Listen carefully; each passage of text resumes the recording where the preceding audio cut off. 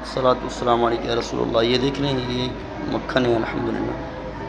तो इसके इतने फ़वाइद हैं कि आप हैरान हो जाएंगे कि मक्खन खाने से क़ुव्वत मुदाफ़त बढ़ती है और मक्खन खाने से कमज़ोरी दूर होती है। मक्खन खाने से विटामिन डी हासिल होती है। मक्खन खाने से कैल्शियम अच्छा होता है बंदे का, और मक्खन खाने से क़ुव्वत मुदाफ़अत बढ़ती है।